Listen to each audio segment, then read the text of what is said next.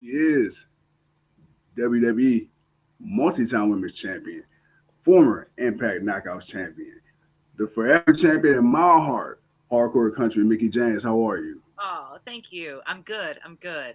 How are you? Great, great, great. So, Tuco, I know you had some things you want to get off your chest. You want to talk to the champ first, really quick. Well, we're on the last rodeo. Well, as they say, that this is the last rodeo for you. You have your match with Jordynne Grace for the Knockouts Championship, career versus championship match, and you guys had this tag team match where I know you and Tasha Steeles have. She's been kind of having your number, and you this Oh, is something you've been. Well, not just having your number, but just someone who just she's really been paid. that thorn in your side, She has and, paid and, the and price, and she reminds me of that all the oh, time. And that loves to, reminds everything loves that right, she. and she loves, and the fact that she wanted, she didn't feel that you deserved it, and your championship opportunity was on the line, but of course because Jordan got the hot tag, the blind tag on you, of course she got the pin in the match. What was going on for you at the end of that match? I think I was insulted. I was insulted because first off, Jordan had already kind of expressed her lack of faith in me and the fact that she thought that I could beat Tasha in the first place, Right, and um, obviously the tensions are high because going into Hard to Kill, the stakes are high. But right. I also want Jordan to respect me, and um, it would have meant a lot for me to shut Tasha up for good. And the fact is I didn't really get to shut her up, did I? Because Jordan tagged herself in and shut her up for me. And I don't need anyone to do anything for me, if I'm Right. uh, and that could be stubbornness. Some could say that's stubbornness, but it's also, a kind of a point to prove because now Tasha can continue to walk around and say that I never beat her. And she's Mm, not lying because I didn't beat her. mm. Speaking of hard to Go ahead. kill, so last year this Mm, time, what a difference a year makes, right? Last year you were fighting Deanna Perrazzo in a Texas, death match, and now fast forward a year later, we're talking about the last rodeo. It's career versus title, you versus Jordynne Grace, and Jordan, somebody much like you, even though her career isn't quite as extensive as yours, has become really synonymous with Impact Wrestling, but women's wrestling in general. Hmm. Hmm. Breaking the fourth wall a little bit here. I understand storyline wise this career versus title, but say if this is Mickie James' last match for now, behind the scenes, how much of this was your input, or was it just a circumstance of the fact she's the champion? Well, I think that she's held on to that championship parallel to this last rodeo this whole time, and she's had some phenomenal matches. I've in fact went back and watched a lot of them just so I can study her going into this match. But um, I think that she doesn't want to lose that championship because she's a strong champion, and I think she's done Yes. a remarkable job of representing that Knockouts World Championship as representing, and that's kind of the truth of it is when you are champion, you're representing the whole division, and Yes. she's done a great job of representing the division while she's been champion, and I'm sure she doesn't want to lose it, and I'm sure she's thinking like if she can be the one to retire Mickie James, that's a pretty great notch to put in her belt. The fact Jordan and I have never faced each other. We've never Yeah. that I mean that us being tag eh, partners was one of the first times we've even really ever been in the ring together. So um obviously I think it just kind of worked out. It worked out that way. I was willing to take on whoever the champion was by the time this moment came. And, you know, Jordan had just beat Masha and she's watched me on this last rodeo and she knew that that was the end. Like what I really wanted was to work my way up the roster. I'm grateful that she realized that, or she felt anyway, that I had worked my way through the roster enough and it was time. Um, and maybe that is due to some of the fact of we haven't faced each other, and she's defended her championship this whole time while she's watched me do this. And so I don't maybe I didn't really know who else I could beat or how much more. I mean, there's obviously other women on the roster, very Yeah. talented women, right. but yeah, it just kind of worked itself out that way. And it's kind of crazy now, fast forward, that was a year ago. Yeah, already. Now we're going into this one, and that was the Texas Death Match, and it was crazy and a type of match that I'd never been in before. And I feel like come the 13th in Atlanta, it's going to be another crazy match, and one that I've never been in before, because I've seen how hard she hits and I see how she wrestles, and I got to prepare myself, my mind and my body, for that. You say prepare yourself. Are you really truly prepared for retirement? If not putting it on you that you're going to lose, because you're hardcore country, we believe that you're going to win, but Thank you. are you prepared for retirement? Are you prepared to not wrestle anymore?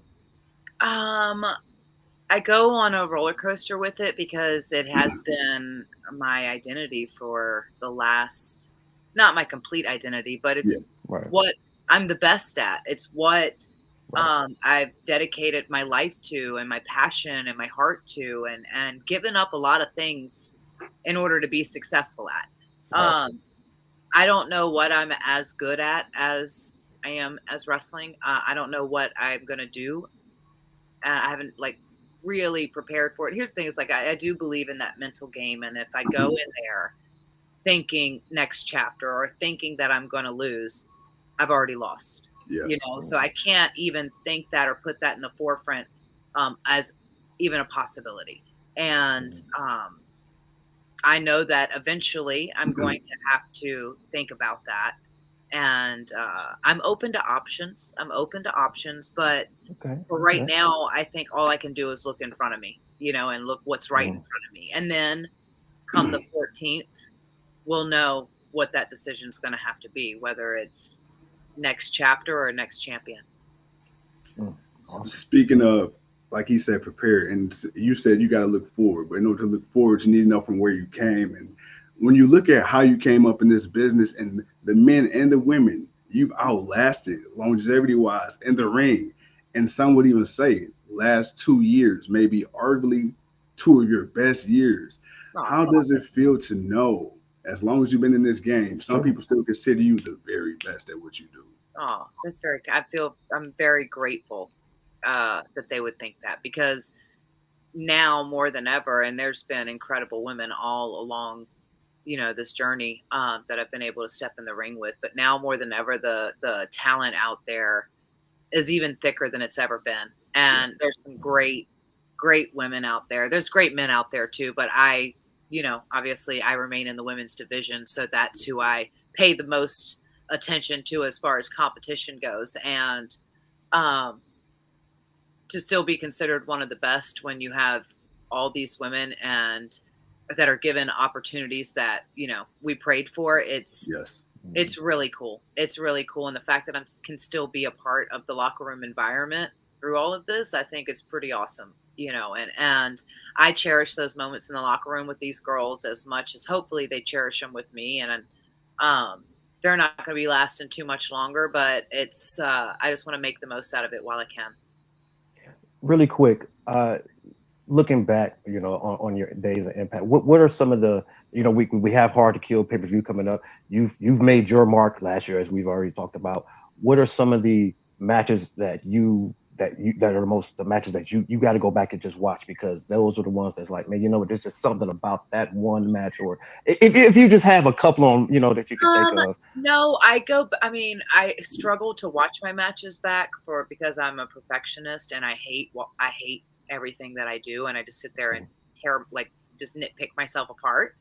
Well, not just your matches, but other people's matches also. Oh, well, as far as, for my matches, I was going to say, I still can go back and watch that Clockwork Orange House of Fun match that I did against Jeff Jarrett and the early days TNA, because that was something that women just weren't doing at the time. Right. And I was the first and only woman to do it for almost a decade. There was,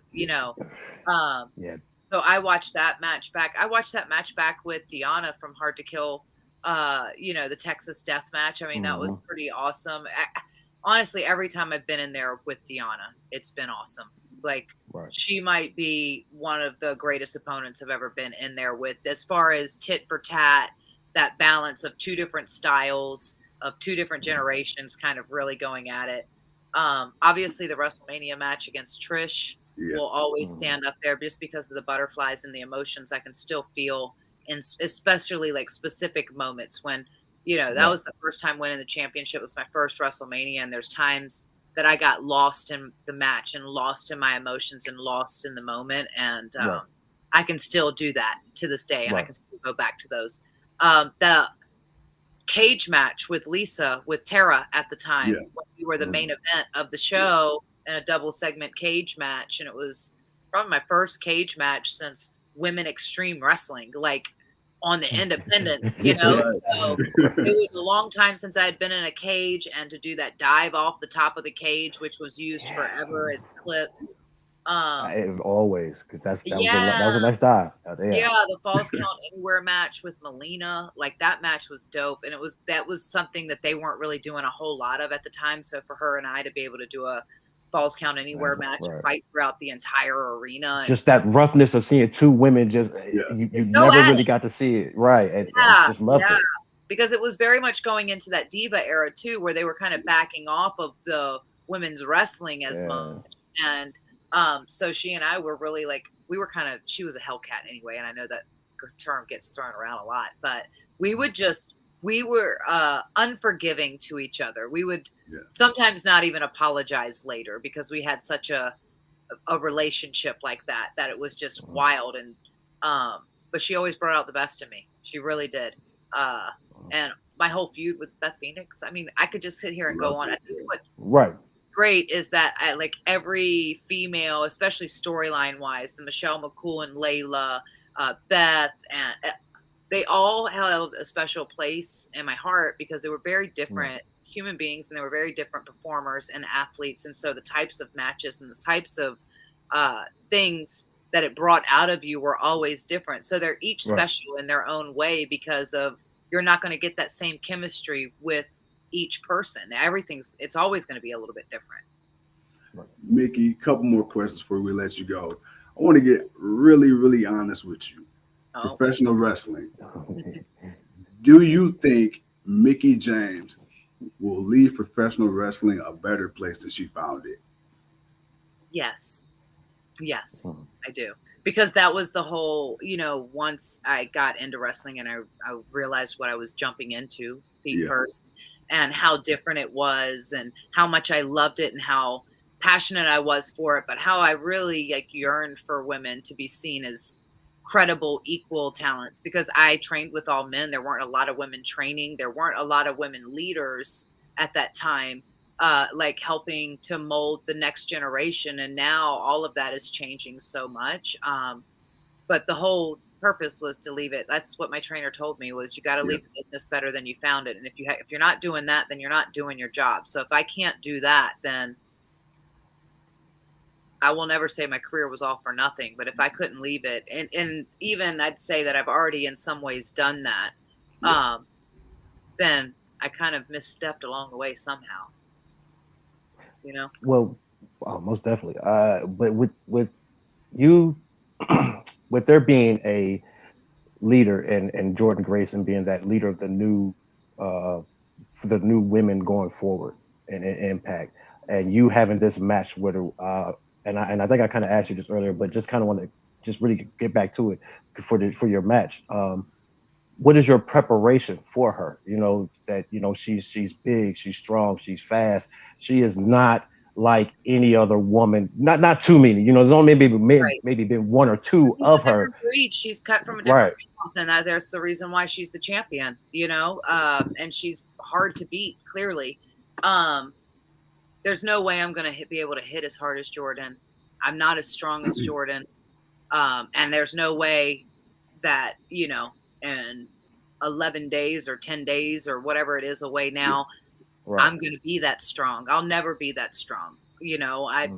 I do know that I feel that when it comes down to business, and when it comes down to in that ring, I've been doing this a long time, and I'm like not even like a professor or a doctor or whatever you would call it of the business, but I've learned every facet of it, you know, from grappling to shooting to wrestling to entertaining.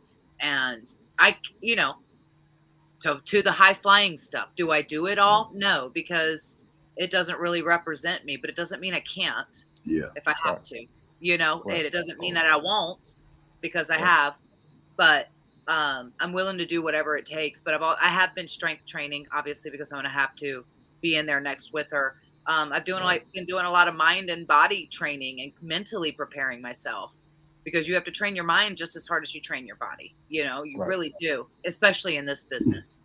But yeah, that's all I can do is just prepare myself mentally and physically. Well, speaking of prepared, we got career versus title, said it already. We got Mickie James versus Jordynne Grace, Friday the 13th, Ooh. center stage, Atlanta, Georgia. Again, a year away from the classic match that you and Deonna Purrazzo had. Mickie, I know you got to get ready to go. We know you have other obligations. Any final words you would like to share before we get out of here today? Well, I just want to say thanks to my fans who have followed me this whole time and who have stuck by me. Um, it really has meant a lot to me, from Alexis Lurie to Mickie James to Hardcore Country and this last rodeo. It really has been a phenomenal ride. And thank you to my haters for hating, because if Oh you yeah. that Oh hate yeah. fuels me, and I want to prove you wrong, and I appreciate it. I appreciate you putting a fire underneath my butt to make me fight that much harder. So thank you to those, and you know, my family and my husband, you know, who support me and help me be able to keep doing this dream, you know. And wrestling business, man, like I don't know what I would have done in life without wrestling. Where would I be now? I don't know. But probably Well, training horses somewhere and being equally awesome as a human being. Let's face it. But Yes. you know, and being hardcore country, that's right, and baby. I don't think we could have gotten anyone to exactly like you, because you definitely came in a different way, and you made your own mark, and you've been on a hell of a run. And honestly, I don't want to see it end. I don't believe it will end. I believe we will see a new knockout women's champion, January 13th, I believe. And we will have no more further talk of this possible retirement. But it's just been an honor of to just watch you in your over your career, just be the so many different, be able to, as we say with with Chris Jericho, just somebody who's able to evolve and reinvent themselves time and time again. And you have definitely been Like the one of those Renaissance. catalysts. I'm the You are Renaissance. definitely a renaissance. You Yeah. definitely of this business, and it's been an honor to see that. Thank you so much. It really means a lot. I appreciate it. Yes. And with that being said, ladies and gentlemen, thank you for taking the time to tune in. I am your host, the 29-year-old piece of gold. He is also your host, King Too Cold, and she is my forever champion, hardcore country Mickie James. See you guys later.